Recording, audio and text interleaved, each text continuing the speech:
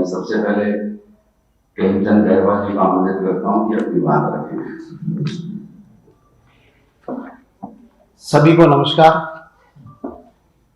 आज हमारे माननीय मुख्यमंत्री जी ने मंत्री परिषद की बैठक बुलाई, जो राजस्थान में 1070 किलोमीटर की जो पाकिस्तान से सीमावर्ती एरिया आ रहा है, और जिस तरह से पाकिस्तान के द्वारा जो वर्तमान की परिस्थितियों में जिस तरह से उन्होंने ऐसी स्थिति उत्पन्न कर रखी है, उसकी गंभीरता को लेते हुए आज हमारे मुख्यमंत्री जी ने और कल रात को भी पूरी रात पूरी गंभीरता से लेते हुए सभी अधिकारियों को और सभी कर्मचारियों को वहाँ पे तैनात किया। सभी की छुट्टियाँ कैंसिल की है और सभी मंत्रिमंडल के लोगों को जो यहाँ पे थे वो और जो सीमा क्षेत्र में हमारे मंत्रिमंडल के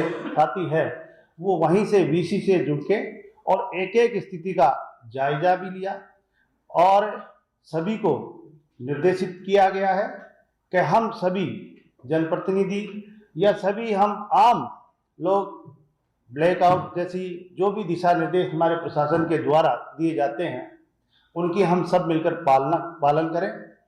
और इस गंभीर परिस्थिति को देखते हुए माननीय मुख्यमंत्री जी ने अपने मुख्यमंत्री कोष से 7 जिलों में 4 जिलों में उन्होंने स्वीकृत राशि करी है, 3 जिलों में 2.5 करोड़ रुपए, और इनसे जो भी इमीडिएट कोई भी इंस्ट्रूमेंट खरीदी जाए उनके लिए एक व्यवस्था की है।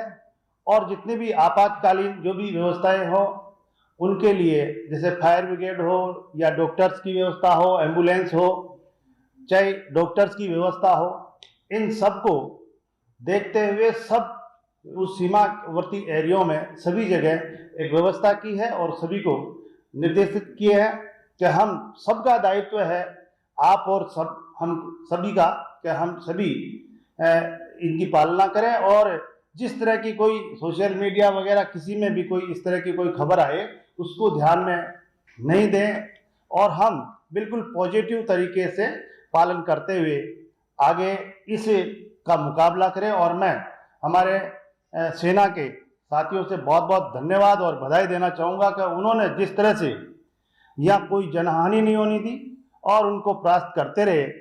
इसी के संदर्भ में मैं हमारे राष्ट्रीय नेतृत्व माननीय यशस्वी प्रधानमंत्री नरेंद्र मोदी जी का, हमारे गृह मंत्री जी का और हमारे रक्षा मंत्री जी का भी बहुत बहुत धन्यवाद और आभार व्यक्त करना चाहूँगा कि उनके निर्देशन में हमारी सेना का उत्साह बढ़ा और सेना ने एक अच्छा काम किया है, जो हमारे लिए एक गर्व की बात है। माननीय मंत्रिमंडल,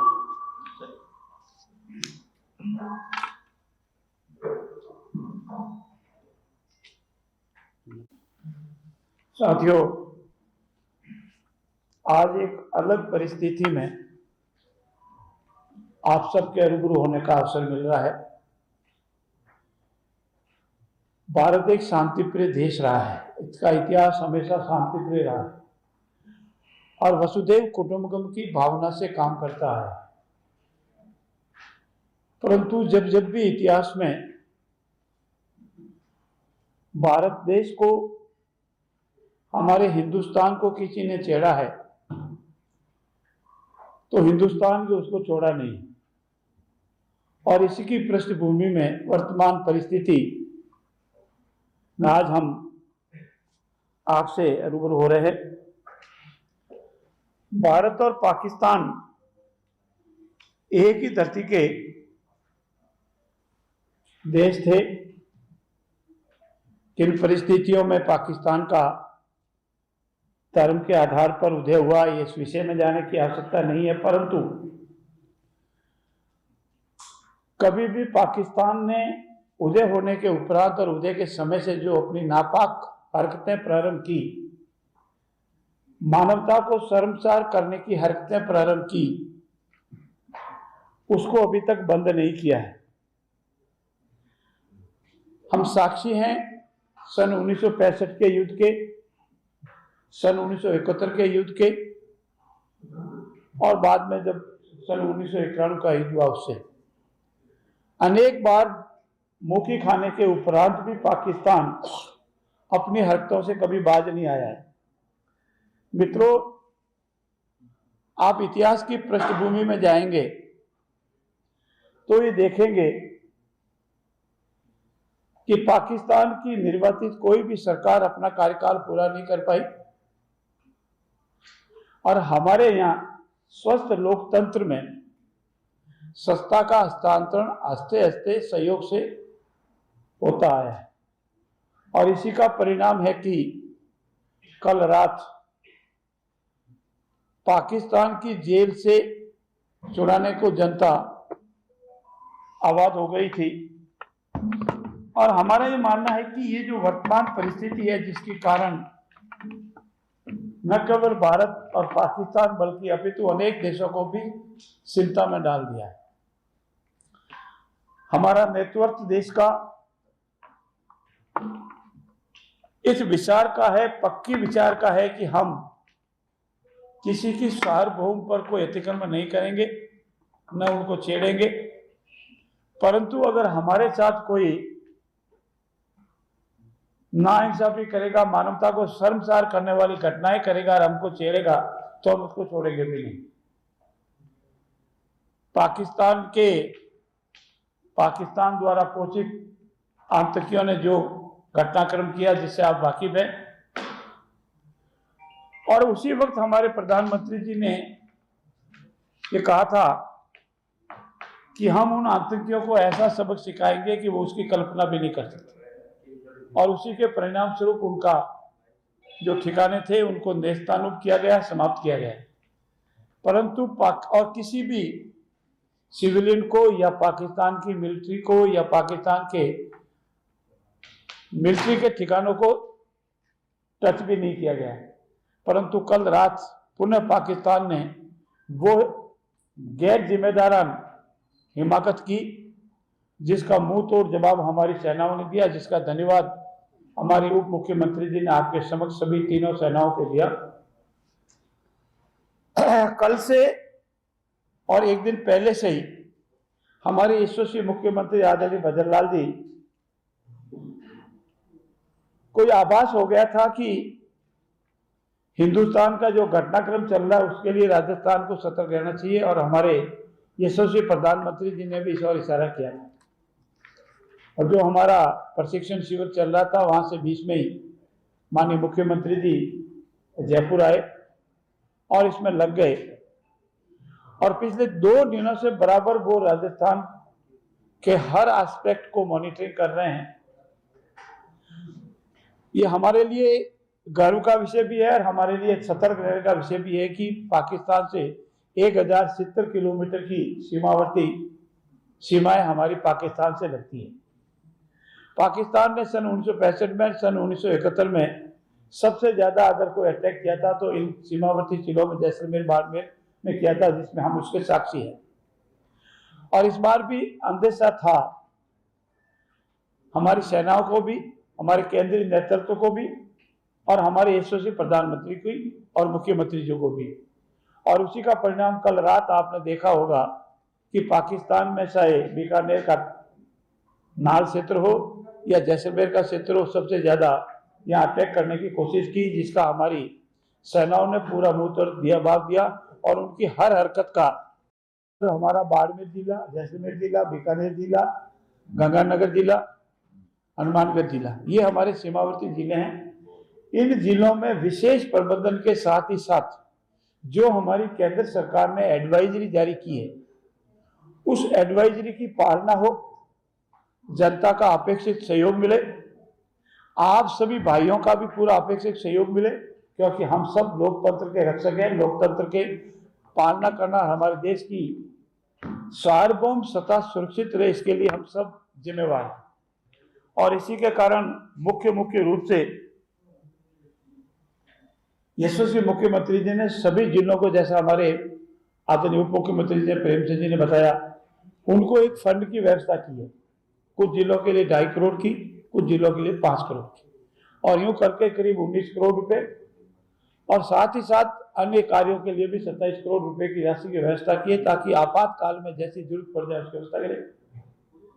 अफवाहें नहीं फैले, एडवाइजरी की पालना हो, अगर ब्लैकआउट होता है तो उसकी पालना की जावे, गाड़ी नहीं चलाई जावे, लाइट नहीं लगाई जावे, कोई सोशल मीडिया पर अफवाह नहीं फैलावे। और इस परिस्थिति में आ जाती है तो हमारी जो सिविल की डिफेंस है वो पूरी तरह से तैयार है। हमारे एनडीआरएफ है, एसडीआरएफ है, उनको तैयार किया गया है। आज से ही ब्लड बैंक, किसी को जरूरत पड़ जाए, ब्लड की जरूरत पड़ जाए तो आज से ही हमने लोगों को प्रोत्साहित किया, ब्लड बैंक कैंप लग रहे हैं। हमारे पीने के पेयजल की पानी की व्यवस्था हो, हमारी जो आम आवाम जनता है किसी विशेष परिस्थिति में जरूरत पड़ जाए तो अस्पतालों में स्पेशल बेड की व्यवस्था हो, बेड खाली रहे।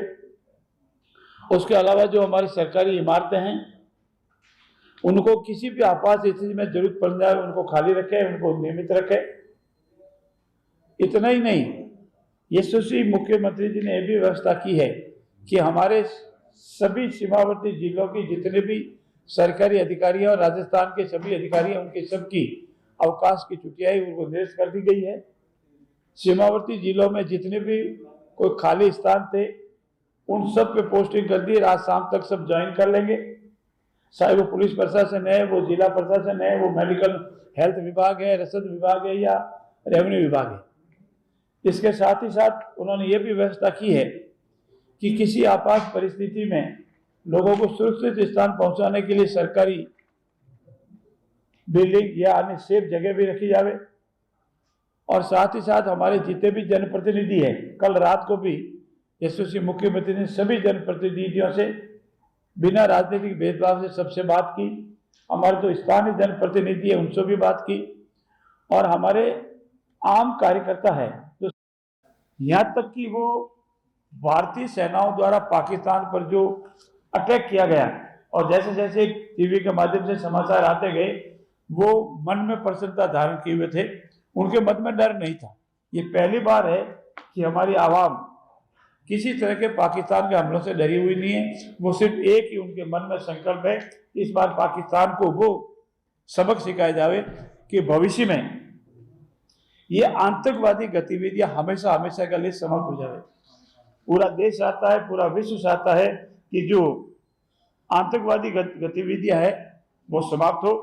मैं साथ ही साथ ये भी अनुरोध करूंगा कि हमारे सेना का पराक्रम आप सबके सामने है और राजस्थान चूंकि सीमावर्ती राज्य है, सीमावर्ती अधिक से रहती है और जो व्यवस्थाएं की उन सारी व्यवस्थाओं की जानकारी हमने आपको दी है।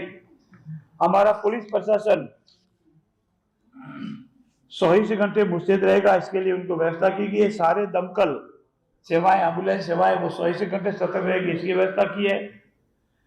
आवश्यकता अनुसार लाइट, सड़क, रेल मार्ग मूवमेंट को रोकने हेतु, ब्लैकआउट को सुनिश्चित करने हेतु सभी एजेंसियों को सतर्क किया गया है। जैसा मैंने अभी आपसे निवेदन की, ब्लड डोनेशन कैंप वाली संस्थाओं को अपडेट किया है, उनको प्रोत्साहित किया जा रहा है। हमारे सभी मंत्रियों से, विधायकों से अपेक्षा की गई है कि वो अपने विधानसभा क्षेत्र में रहें, वॉलेंटियर को संपर्क में रहें, आवश्यकता अनुसार हर परिस्थिति में जनता के साथ रहें। और विशेष रूप से आज हमारी मंत्रिपरिषद की बैठक में माननीय मुख्यमंत्री जी ने हम सबको ये निर्देशित किया है कि हिताश समूह अपने परिवार वाले क्षेत्रों में रहें, अपने परिवार वाले जिलों में रहें, जनता के बीच में रहें। कोई भी परिस्थिति हो तो जिला प्रशासन या हमारे जयपुर को सूचना दें और छोटी मोटी घटनाओं पर नजर रखें, अफवाह फैलने से रोकें।